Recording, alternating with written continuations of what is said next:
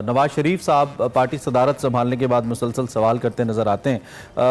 आपके ख्याल में इस वक्त जो ये दोबारा से सवाल करने की रविश है, इसकी ज़रूरत क्यों पेश आ रही है उनको? क्या वो महज जो वो एक पार्टी को इवॉल्व करना है, दोबारा PMLN को, उसकी कोशिश है जो कि नहीं कर पा रही पार्टी, मुश्किलात का शिकार है, वोटर को इंगेज करना है दोबारा से, विक्टिम कार्ड खेलने की कोशिश हो रही है उस वक्त जब सारी की सारी ताकत उनके अपने पास है? उनके भाई वज़ीर आज़म हैं, उनकी साहबजादी वज़ीर आला पंजाब हैं, 13 करोड़ आवाम पे हुक्मरानी करती हैं। उस वक्त ये बात करने की जरूरत क्यों पेश आ रही है आपके ख्याल में उनको? आई थिंक एक डायलेमा है इस वक्त PMLN और खास करके जो PMLN के कायद हैं नवाज शरीफ। उसकी वजह ये है कि ये बात वो भी अच्छी तरह से जानते हैं, 3 दफा प्राइम मिनिस्टर रहे हैं, कि इस दफा अगर बयानी की बात करें राइट और रॉन्ग, वो तो तहरीक इंसाफ के साथ खड़ा है। और नवाज शरीफ उस वक्त हमेशा पॉपुलर रहे हैं जब उन्होंने एंटी एस्टेब्लिशमेंट की सियासत की है। लेकिन ये बात बिल्कुल अब जब ये इंतखाबात हुए हैं, everybody knows it is an open secret के एस्टेब्लिशमेंट की सपोर्ट थी और उसकी वजह से उनके भाई प्राइम मिनिस्टर हैं, उनकी साहबजादी जो है इस वक्त चीफ मिनिस्टर हैं, तो वो मौजूदा एस्टेब्लिशमेंट के खिलाफ तो उस तरह की कोई बात कर नहीं सकते। और इसलिए कहीं ना कहीं जो विक्टिम कार्ड भी है, कहीं ना कहीं ये बताने की जरूरत है कि माजी में मेरे साथ भी ज्यादती हुई है। लेकिन आई थिंक लोग जो है वो मौजूदा हालात को आई थिंक सामने रखते हैं। अगर इसमें कोई शक नहीं है, नवाज शरीफ के साथ 1999 में भी, इवन जब पहली दफा प्राइम मिनिस्टर बने उस वक्त भी एस्टेब्लिशमेंट के साथ लड़ाई के नतीजे में उनको इस्तीफा देना पड़ा। 1999 में फिर बाद में अदालतों के जरिए उनको फारिग किया गया।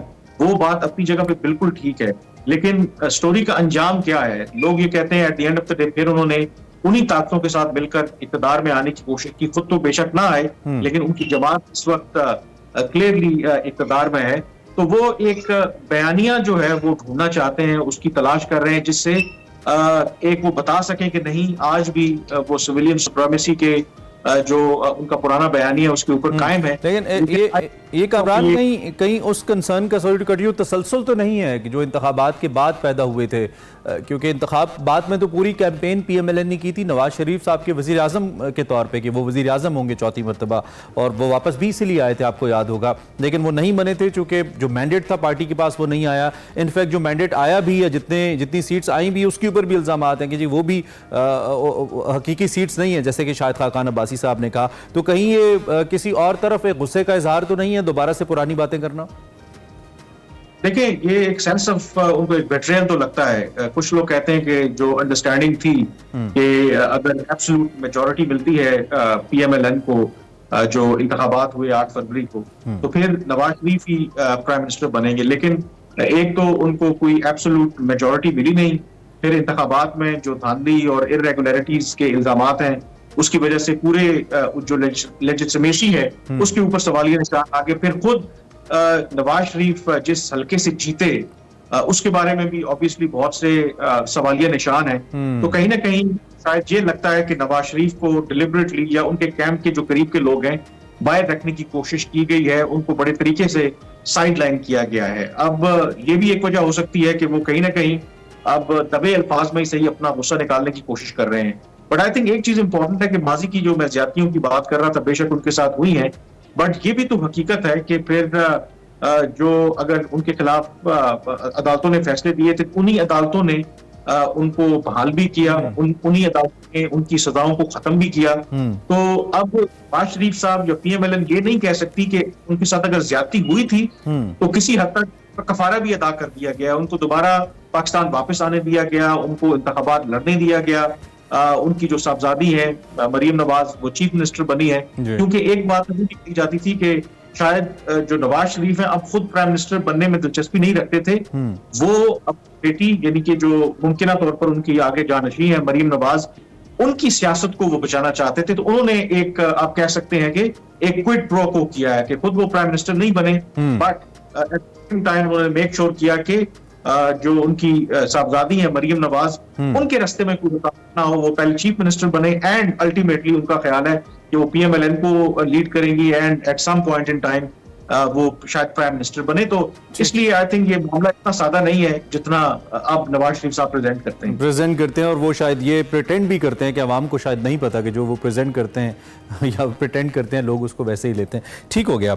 थोड़ा सा ये इस बिल पे भी बात कर लेते हैं। पंजाब असेंबली ने कल हत्या के इज्जत बिल उसको मंजूर कर लिया। अपोजिशन की जितनी भी तरामीम थी उनको मुस्तरद किया। 3 मिलियन तक इस बिल के तहत जुर्माना हो सकता है। यू नो दैट मैं ज़रा नाजरीन की इन्फॉर्मेशन के लिए बताना चाह रहा हूँ, इसमें चाहे आप इंस्टाग्राम, यूट्यूब, किसी सोशल प्लेटफॉर्म को भी इस्तेमाल करते हैं तो ये जो ट्रिब्यूनल है वो तकरीबन 180 दिन के अंदर इसका डिसीजन करेगा और उसके बाद ये किसी के ऊपर भी हो सकता है। बुनियादी तौर पर ऐसा लगता है, ऐसा बादियों नज़र में कामरान के ये उस तनकीदी राय को दबाने की कोशिश है जो हुकूमत की मुख्तलिफ पॉलिसीज़ के ऊपर आती है और हर हुकूमत के दौर में आती है, चाहे वो नून लीग की, तहरीक इंसाफ की या पीपल्स पार्टी की कोई भी गवर्नमेंट हो।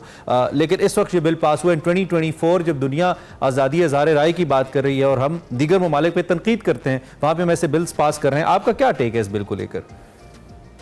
देखिए, ये एक पेचीदा मामला बिल्कुल है और पाकिस्तान में डेफेमेशन के कवानीन पहले भी है और मजीद इसको सख्त करने की बात हो रही है। असल जो सवाल है, आई थिंक जर्नलिस्ट हमें बिल्कुल एक्नॉलेज करना चाहिए सोशल मीडिया की ये जो एक इनकलाब आया है, जो मशरूम ग्रोथ हुई है यूट्यूब और ट्विटर और फेसबुक, इसमें हर किसी के पास अब मोबाइल है, कोई भी बैठकर कुछ भी कह सकता है। इसमें कोई शक नहीं है कि डॉलर कमाने के चक्कर में हम झूठ भी बोलते हैं, सेंसेशनलिज्म भी हुई है।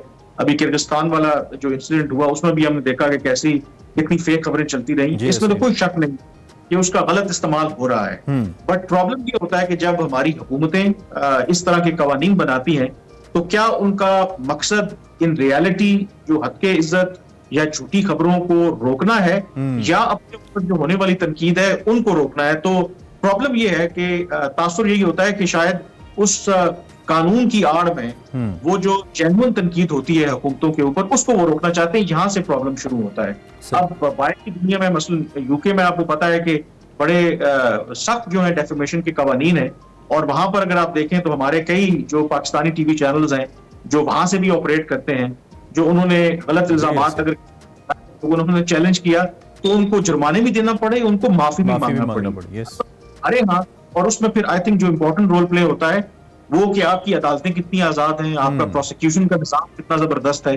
तो जब हर चीज ही गटमट हो, जब अदालतों के बारे में ये तासुर हो कि वो आजाद नहीं है, जब थाना कचहरी जो है वो उस तरीके से ऑपरेट ना करे, तो फिर जो एक सही कानून भी होता है उसका गलत इस्तेमाल भी होता है। अगर आप उसका सही इस्तेमाल करना चाहें भी तो उसकी क्रेडिबिलिटी पर बहुत से सवालात उठते हैं। तो इसलिए आई थिंक अगर हमने इस सारे धंधे को रोकना है कि गलत खबरों को, हद के इज्जत, लोगों की डेफेमेशन ना हो, तो उसमें सबसे इंपॉर्टेंट चीज ये कि पूरे सिस्टम को बदलना होगा।